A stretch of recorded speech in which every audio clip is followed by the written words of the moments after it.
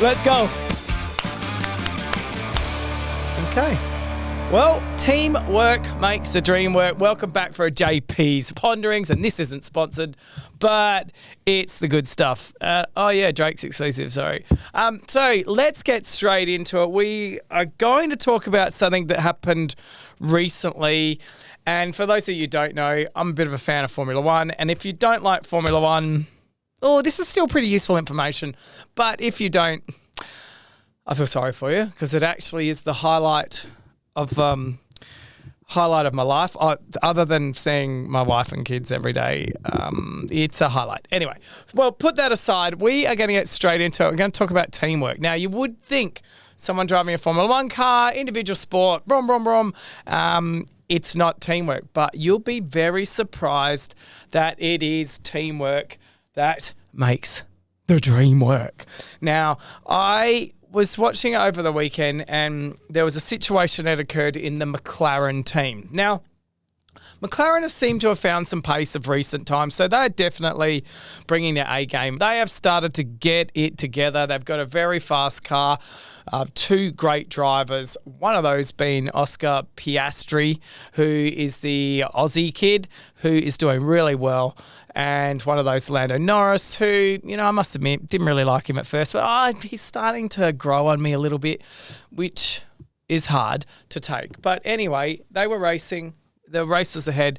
They had a McLaren lockout with P1 and P2, with Lando in P1, Oscar in P2. Lando sort of tried to block Oscar because I think he thought his biggest threat was coming from there. And evidently, Oscar Piastri gets in front and stays in front for most of the race, pulls away. And they clearly had a strategy in mind. And what they had to do is have a pit stop for Lando Norris, who was in second place. That pit stop covered off him being passed later on in the race. It's called an undercut. Now, when they were talking to him, they were still talking about, this is our race plan, because each driver has their race plan. Now, what you could figure out by halfway through the race and over halfway through the race is that Oscar was definitely going to be winning this race.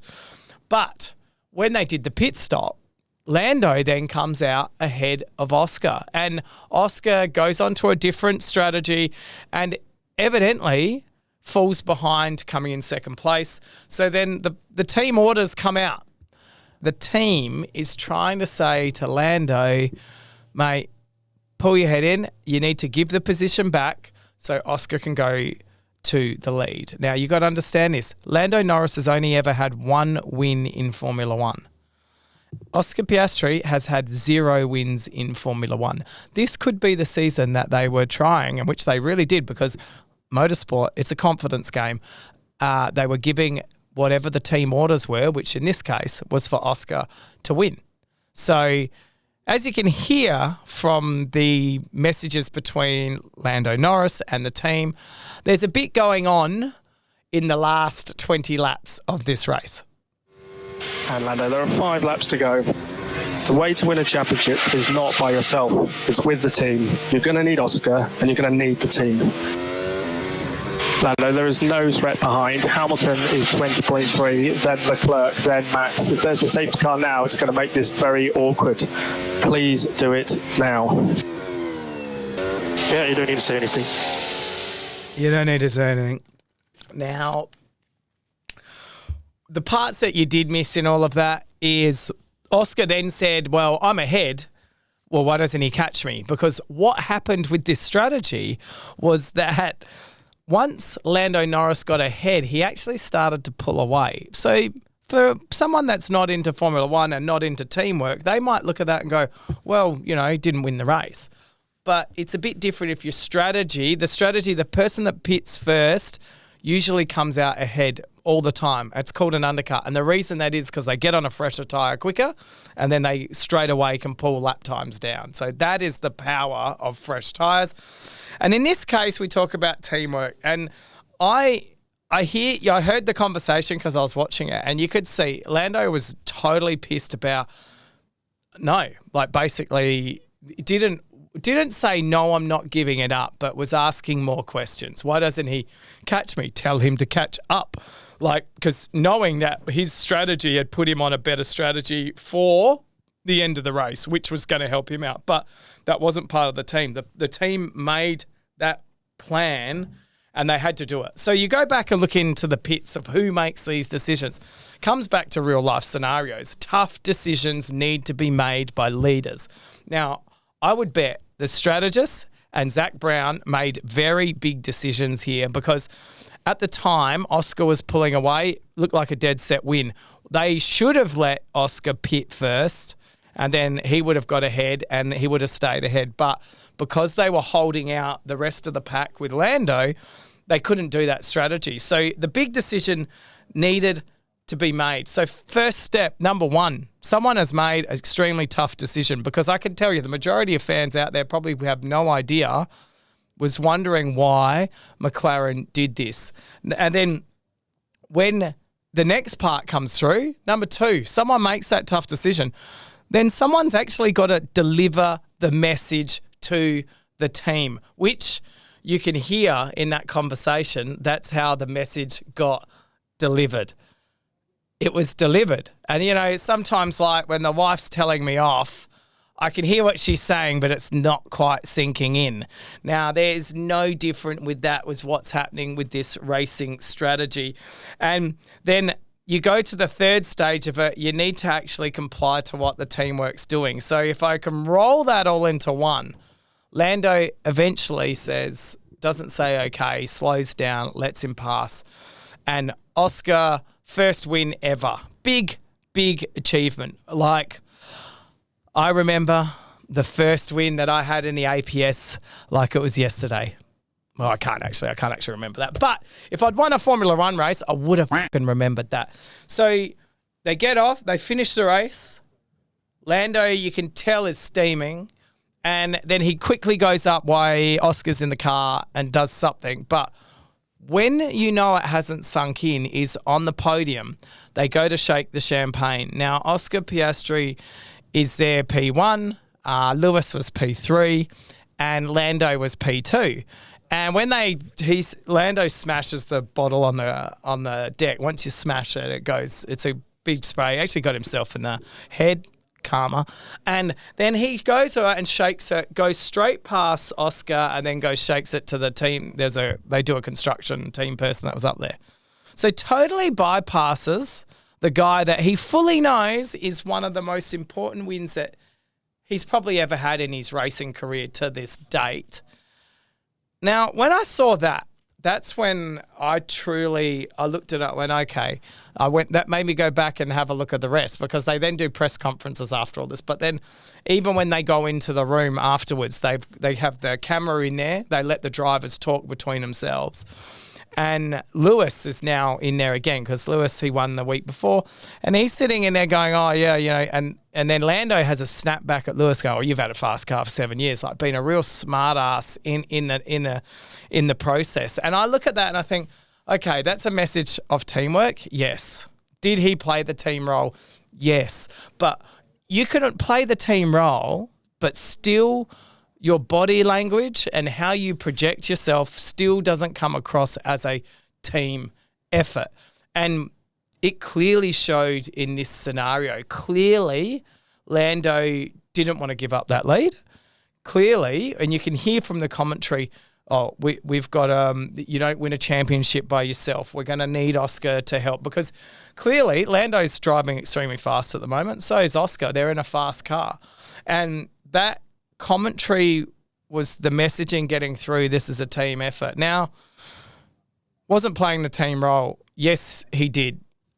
Did his actions follow through with it? I don't think they did. And when you saw what happened on the podium, that really cements home. So who got upset in this whole scenario?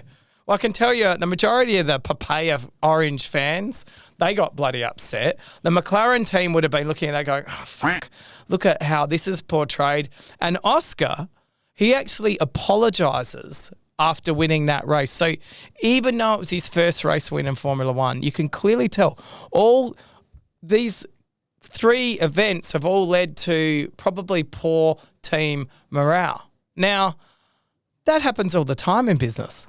Wait, how many times does it happen with you where someone comes in and says, oh, you got to do this, and you deep down don't want to actually do that task, but it's the best thing for the business, and that's where true leaders step up, do the job, don't whinge like a little bitch about it. I was going to say, don't whinge about it. Do it and hold the company line. Then you don't sit and go throw shade at the business. You don't sit and then make it look like I'm better than that and that's not my decision. You still have to go and toe the company line. Now, how much different would have this scenario been if on the podium champagne's going, they both, Lewis Hamilton and Oscar, which Lewis did spray Piastri, they both should have been spraying him for his first ever win in Formula One. And how much different would have that been for the whole team morale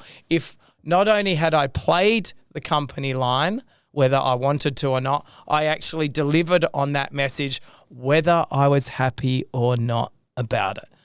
Now, talk about sliding doors would have been a totally different scenario to how you handle these situations where you get told to something that you really don't want to fucking do.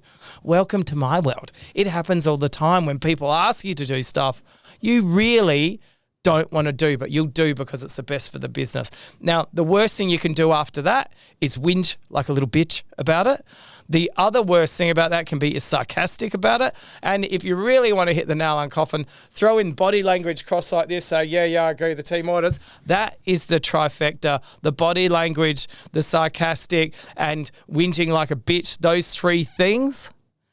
If you do those things on a team order, no one will believe you anyway. So an example of that would have been when people were mandating being vaccinated. Now, in South Australia, the retail workers weren't actually mandated to have to be vaccinated, where on the eastern seaboard they did. Yet some other businesses out there went blanket nationwide and even blanket worldwide that you had to be vaccinated regardless of what was going on in your city. So for with us, we had to make a decision on what we were going to do in that. And there were many people on our exec committee that saying, no, you've got to do it. You have to be vaccinated, blah, blah, blah. We could be sued if you don't make people vaccinated. And we had to hold firm, well, we didn't have to, but we chose to hold firm on not mandating vaccination for people within our business.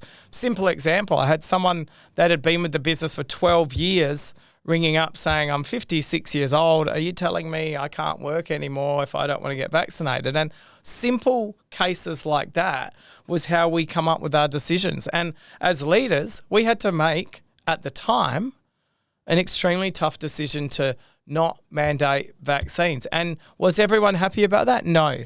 But as a business, did we all get on with the job?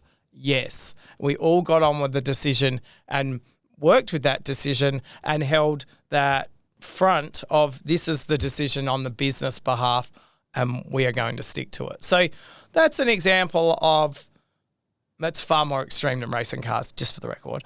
But this here is an example of where I might not agree with what's said. And trust me, more than half the people on our exec committee didn't agree with that decision. But they still played the company line. They still played the teamwork line. And that's way more important than just doing, okay, I'm doing the right thing, I'm letting him pass. It's the actions that happen afterwards. Your actions so determine how it's going to be perceived from anyone else, whether it's in the workforce or the public is going to make an assumption on how you react. And Lando, he was saying the right things in the press conference, right decision team, but his actions weren't congruent with his words. And when they are not together, it's extremely hard to be a unified team. To sum it up in 2 points here, no matter what happens in closed doors, you need to make sure that stays up behind closed doors, but also you need to be a united front, whether you like the decision or not. Once the decision has been made, that is when you need to show a united front. And number 2, if your words aren't congruent with your body language, everyone will know.